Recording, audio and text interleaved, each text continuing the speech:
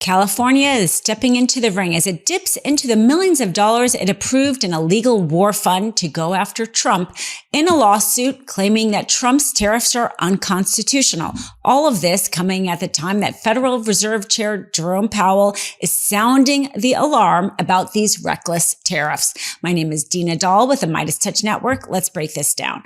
Now, this is not the first lawsuit, but perhaps it will be the most powerful, having the backing of both Gavin Newsom and Attorney General Rob Bonta.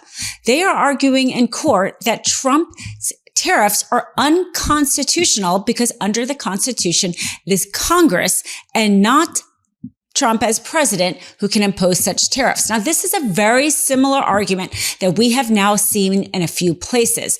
This is essentially the same argument that the Senate bipartisan bill sets out, that Chuck Grassley was the co-author of, that probably is going to go nowhere since the Republican control the Senate. It is also the same argument in the federal lawsuit brought by the Koch brothers, or their fund, the Koch brothers. They're funding the Simplified Business. That's the name of the business out there in Pensacola, Florida.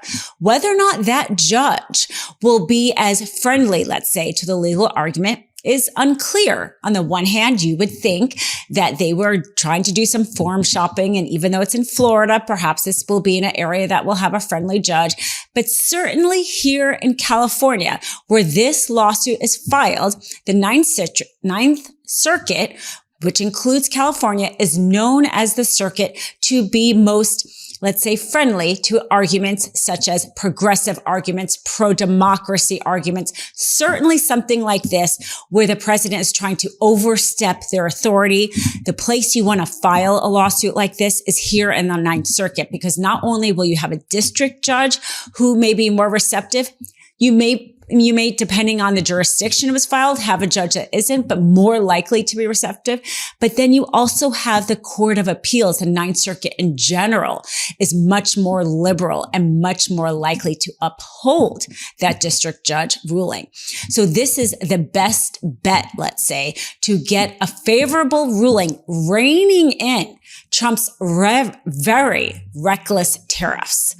This, and making it very clear that any one person, whether or not it's Trump or even somebody maybe in the future who's going to be as bad as him, one person should not be able to control the tariffs and our economy in such a way. Trump is making that perfectly clear why the framers of our Constitution did not give that authority to a single person, because when you have somebody like Trump who is so unreasonable and so unserious of a person, you see the destruction it causes.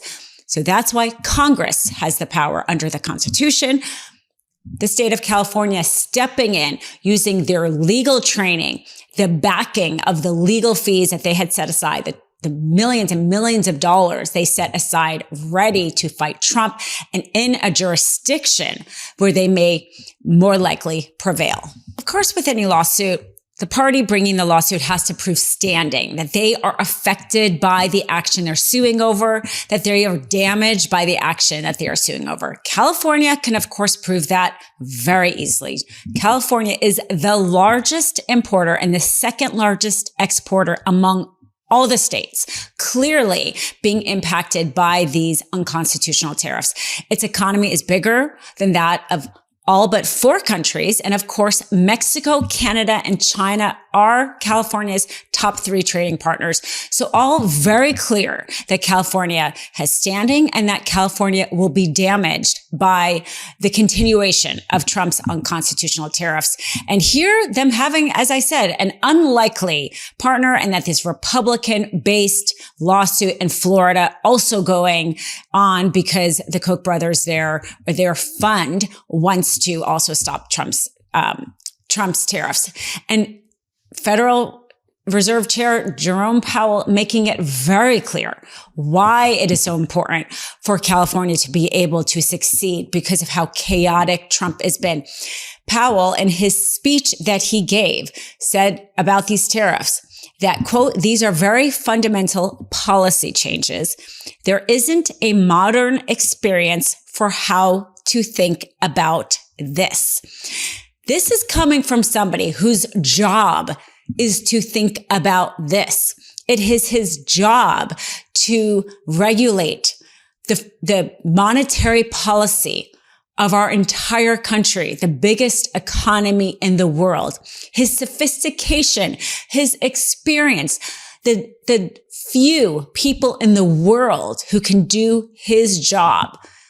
And he is saying that there is not a modern experience to think about this. How problematic it is, whose job it is to think about this and get us out of this predicament, says that he even doesn't have the experience to think about it. And of course, during his speech, the market is going down because that's the last thing any investor wants to hear. Why would somebody want to invest in our stock market or our bond market when the person who you feel can be a check, let's say, on the chaotic tariffs of Trump, he says he doesn't even know how to handle somebody like this. So of course, someone's going to take out their money or not put their money to begin with. And this is kind of just shows yet again, and I'm sure California will cite this kind of evidence in their lawsuit of how urgent and necessary it is in order to save jobs, in order to reduce inflation, in order to reduce interest rates. Because when bond markets, when people don't buy our bonds, our interest rates will go up. All of these things will directly affect the American worker, whether or not it's in loss of jobs or more expensive groceries. Small businesses will go out of business. We are in a 5-alarm fire when it comes to our economy. This is being said by the most responsible man for our economy right now, the Federal Reserve Chair. And thankfully, California, along with some Republican lawsuits being funded, people really trying to stop this unconstitutional imposition of tariffs. As we know, Trump tried to use the International Emergency Economics Power Act in order to impose his tariffs. He didn't actually do this during his first term. During his first term, he used congressional statutes and went through the process. It took about 10 months for him to impose his tariffs the first time around. Well, this time, as with everything, he doesn't care about the law. And so he tried to use it under this emergency act. This is why he claimed that he was doing it because of fentanyl and coming into the country, despite the fact that none of these tariffs are tied to it. And he seems to really have not even tried to tie it to that argument because now he's talking about manufacturing, et cetera, et cetera. But that is the legal, let's say, reasoning behind what he's doing.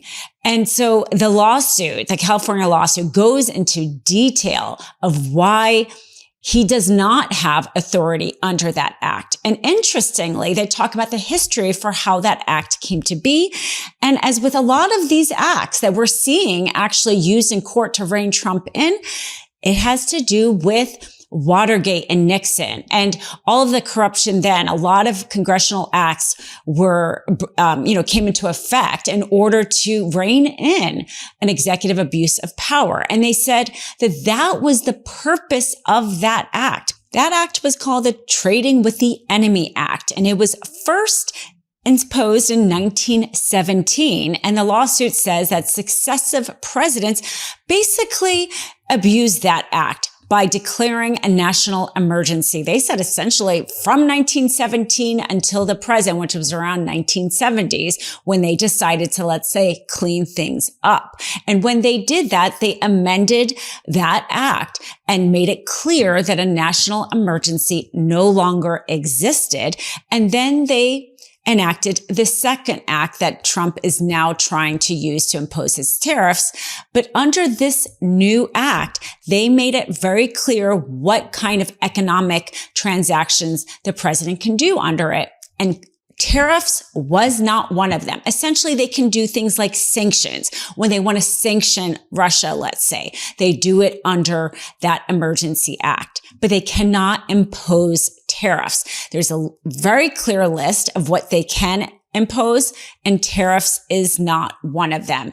And so the California litigation team, essentially really laying out how the act that Trump is trying to use to say he has the authority to impose tariffs is actually an act that was enacted to rein in exactly this kind of behavior.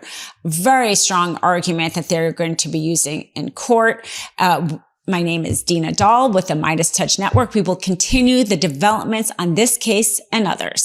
Love this video? Continue the conversation by following us on Instagram @MeidasTouch and help us blow past 1 million followers.